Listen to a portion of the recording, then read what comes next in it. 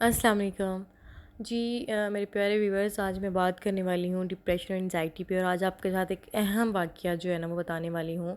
ऐसे वाक़यात आप रोज़ सुनते होंगे, लेकिन जब बहुत करीबी वाक़या होता है ना तो तब आपको ज़्यादा वो चीज़ें याद रह जाती हैं। तो मेरे जो बेटा है उसका क्लास फ़ेलो था, बाबा ने उसको मारा तो वो नाराज़ होके पार्क आ गया और उसने बोला कि मैंने अब घर नहीं जाना, बाबा ने मुझे मारा है। वो डरा हुआ था और बस छोड़ के घर को आ गया था कि मुझे अब घर नहीं जाना। इवन दैट कि अपना बैग तक ले आया था। और जब मेरे बेटे को वो मिला वहाँ पे पार्क में, तो मेरा बेटा भी अपने मामू के साथ ही पार्क में गया हुआ था। तो इन्होंने उसको काफ़ी समझाया, लेकिन बच्चा किसी तरीके से भी घर जाने के लिए एग्री नहीं था। इतनी देर में उसका जो छोटा भाई था, मे बी उसने छोटे भाई को बताया होगा, तो वो अपने बाबा के साथ पार्क में उनको लेने के लिए आ गया। और फिर इसी तरह जब बड़ों की बात हुई तो उन्होंने बताया कि मैं मतलब बाबा की अपनी कोई डिप्रेशन थी, उन बाबा को अपना भी कोई गुस्सा था या किसी शॉप पे उनका किसी बात पे झगड़ा हुआ था, और लेन देन का कोई मसला था, जिसकी वजह से उसने अपना जो गुस्सा था वो घर पे आने के बाद अपने बेटे पे उतार दिया, क्योंकि उसके बेटे के नंबर कम आ गए थे। और सेम ये चीज़ें हमारे घरों में आम होती ही रहती हैं। बात करने का मतलब ये है कि जैसे मैं एग्ज़ाम्पल देती हूँ कि जब मेरा बड़ा बेटा था तो मेरे बड़े बेटे के हेड पेन का प्रॉब्लम शुरू हो गया था। मुझे कुछ समझ नहीं आती थी कि क्यों हो रहा है। हर तरह की मेडिसिन दे के देख ली थी, आई जो वीकनेस है वो भी चेक करवा ली। जब मैं आई चेकअप के लिए इसको गई डॉक्टर के पास लेके, तो डॉक्टर ने सबसे पहले पूछा आप अपने घर की थोड़ी सी मुझे तफसील बताएं। तो मैंने उनको बताया कि मेरा जो बड़ा बेटा है वो बहुत ज़्यादा गैदरिंग में था, फैमिली थी वहाँ पे बड़ी और उनके बीच में ये रहा। अच्छा, साथ साथ बैग पे आप जो देख रहे हैं ना, ये मैं बना रही थी टिंडे। तो खैर मोबाइल के शूट करने के चक्कर में टिंडे नीचे पे लग गए थे, लेकिन उमूमन लोग नहीं खाते, इसमें चिकन डालते हैं, तो चिकन अवेलेबल नहीं था तो मैंने ना फ्राई कर लिए। फ्राई करने के बाद इनका टेस्ट ना बहुत अच्छा हो गया।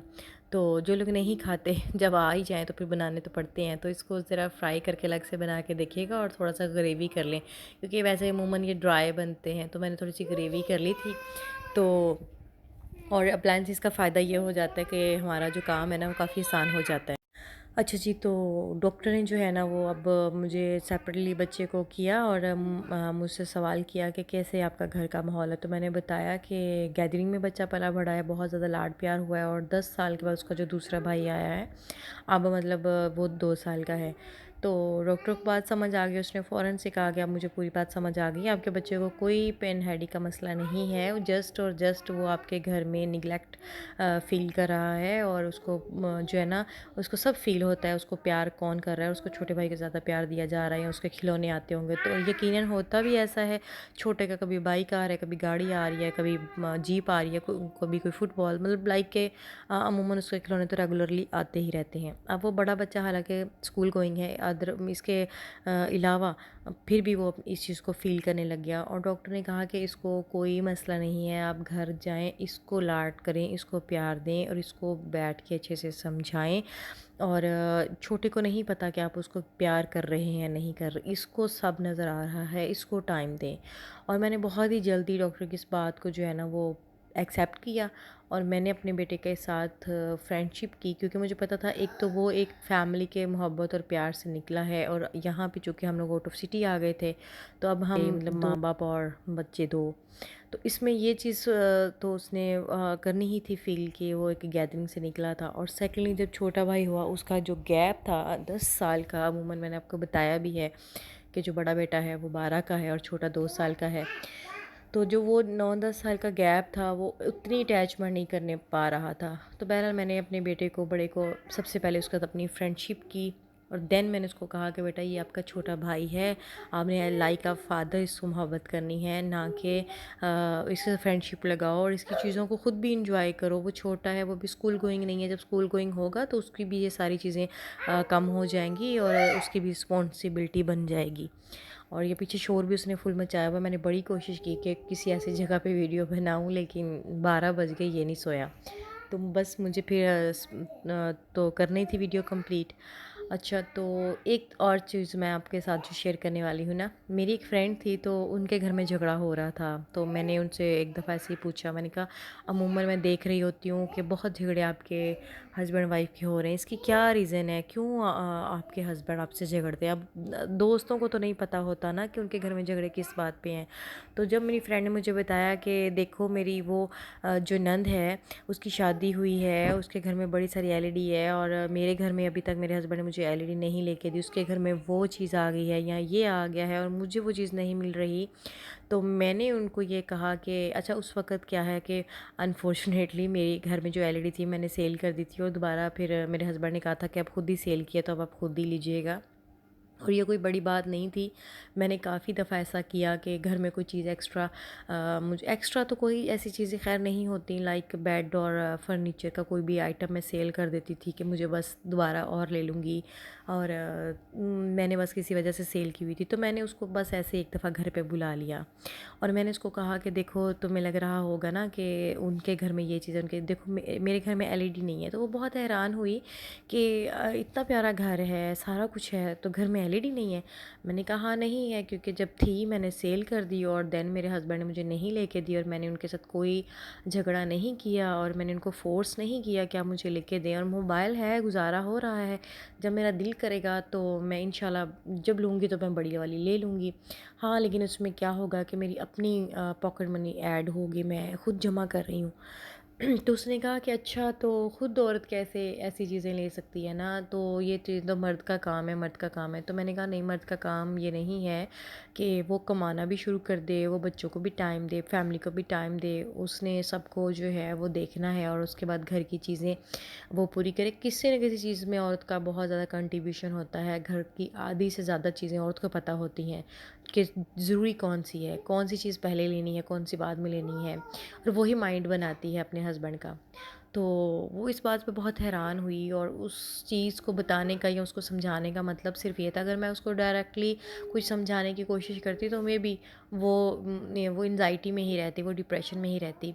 और एंजाइटी और डिप्रेशन के बाद होता क्या है कि घर में सिर्फ़ और सिर्फ झगड़े, चाहे वो किसी घर के भी सूरत हाल हो। जब आप हमेशा अपने से ऊपर लेवल पे देखते हैं ना, तो आपके घर में झगड़े ख़त्म नहीं होते। मेरे घर में अल्हम्दुलिल्लाह अल्हम्दुलिल्लाह मैं हमेशा अल्लाह का शुक्र अदा करके कहती हूँ, मेरे घर में कभी किसी चीज़ को लेके झगड़ा नहीं हुआ। बल्कि ये होता है सम टाइम कि मैं इनको कह रही होती हूँ कि ये चीज़ अभी रहने देते हैं, ये चीज़ हम बाद में बना लेंगे। तो वो मुझे कह रहे होते हैं कि नहीं, इस चीज़ की ज़रूरत है, ये हम अभी ले लेते हैं। और चूँकि उनको पता है कि कोई भी फ़िज़ूल चीज़ ये लड़ेगी नहीं और कोई भी ऐसी चीज़ जो है वो झगड़े का बायस नहीं बनेगी। अगर ज़रूरत पड़ेगी तो बेच भी देंगे और अगर नहीं तो मतलब ले भी लेंगे ना। तो मैंने उनके साथ कभी भी घर की किसी चीज़ पे भी झगड़ा नहीं किया और अल्लाह का शुक्र है, इस चीज़ की वजह से हमारी अंडरस्टैंडिंग एक बिल्कुल ही अलग रही है। ये नहीं कहती मैं कि कभी लड़ाई नहीं हुई, जहाँ पे झगड़ा होता है वहाँ पे प्यार होता है, लेकिन जो बिला वजह दूसरों को देखा-देखी, दूसरों की ताका-झांकी घर में झगड़े होते हैं ना, और अमूमन आपने देखा होगा कि ये अमूमन टाउन में, मोहल्लेदारियों में ये चीज़ें बहुत होती हैं। ताका-झांकी होनी होती है, फ़लाँ के घर में पका क्या है, फ़लाँ ने पहना क्या है, फ़लाँ ने ख़रीदा क्या है, फ़लाँ तो निशात से कपड़े ले आई है, फ़लाँ ने लाइमलाइट से ले लिए हैं, मैं पीछे रह गई हूँ, मुझे ये चीज़ नहीं मिली। और ये मैं के चक्कर में ना जो आपको मिल रहा होता है ना, आप उस पे भी कहीं न कहीं नाशुक्री कर देते हैं। तो अपने आप को डिप्रेशन और एंजाइटी से निकालें, अपने आप को खुश रखें, खुश रहने के लिए चीज़ें ढूँढें, खुश रहने के लिए छोटी-छोटी चीज़ें ढूँढ के उनके साथ एंजॉय करें। अपने आप को दूसरों को देख के अपने घर को डिप्रेशन में मत डालें, क्योंकि आप जब किसी और घर की एग्ज़ाम्पल देते हैं ना, तो उसके घर से वो चीज़ आपके घर नहीं आ जानी। आपको नहीं पता कि वो अगर उसके घर में एक चीज़ नज़र तो आ गई है कि उसके घर में बहुत बिग फ्रिज आ गया है या उसके घर में बिग एलईडी आ गई है, लेकिन ये नहीं पता कि उनकी ज़िंदगी में कमियां और क्या-क्या होंगी। उनको कहीं कोई बीमारी ऐसी तो नहीं होगी, अल्लाह ना करे कोई ऐसा उनके घर में मर्ज़ तो नहीं है। हो सकता है उनके घर में औलाद की परेशानी, हो सकता है उनके घर में किसी बीमारी से लगकर फ़ाइट हो रही हो, या उनके घर में किसी और तरह की, यानी आपको रिस्क में तो कुशादगी नज़र आ गई है, लेकिन दूसरी चीज़ में आपने कहाँ देखा है, हो सकता है वो किसी और डिप्रेशन का शिकार हो। हर घर की एक अलग कहानी है, हर घर की एक अलग परेशानी है, हर किसी की आजमाइश है। जब हम दुनिया में आए हैं तो हमने अपनी आजमाइश पूरी देकर ही जानी है। तो अपने डिप्रेशन, अपनी एंजाइटी को जो है वो बच्चों पे निकालना या बच्चों पे फ़ोर्सफुली डाल देना, और बच्चों को जो है ना वो अपनी मलकियत समझ लेना। बच्चे हम लोगों को अल्लाह की देन है, अल्लाह ताला ने दिए हैं, इनके साथ हमें प्यार और मोहब्बत के साथ इनको परवान चढ़ाना चाहिए। हाँ, उनकी जो तरबियत है उसमें हमें थोड़ा बहुत उनको डाँटना डपटना, कहीं पे थोड़ा-सा ज़रा स्ट्रिक्टली भी होना पड़ता है, पनिशमेंट भी देनी पड़ती है, लेकिन एटलीस्ट ये कि वो हमारी मलकियत नहीं है।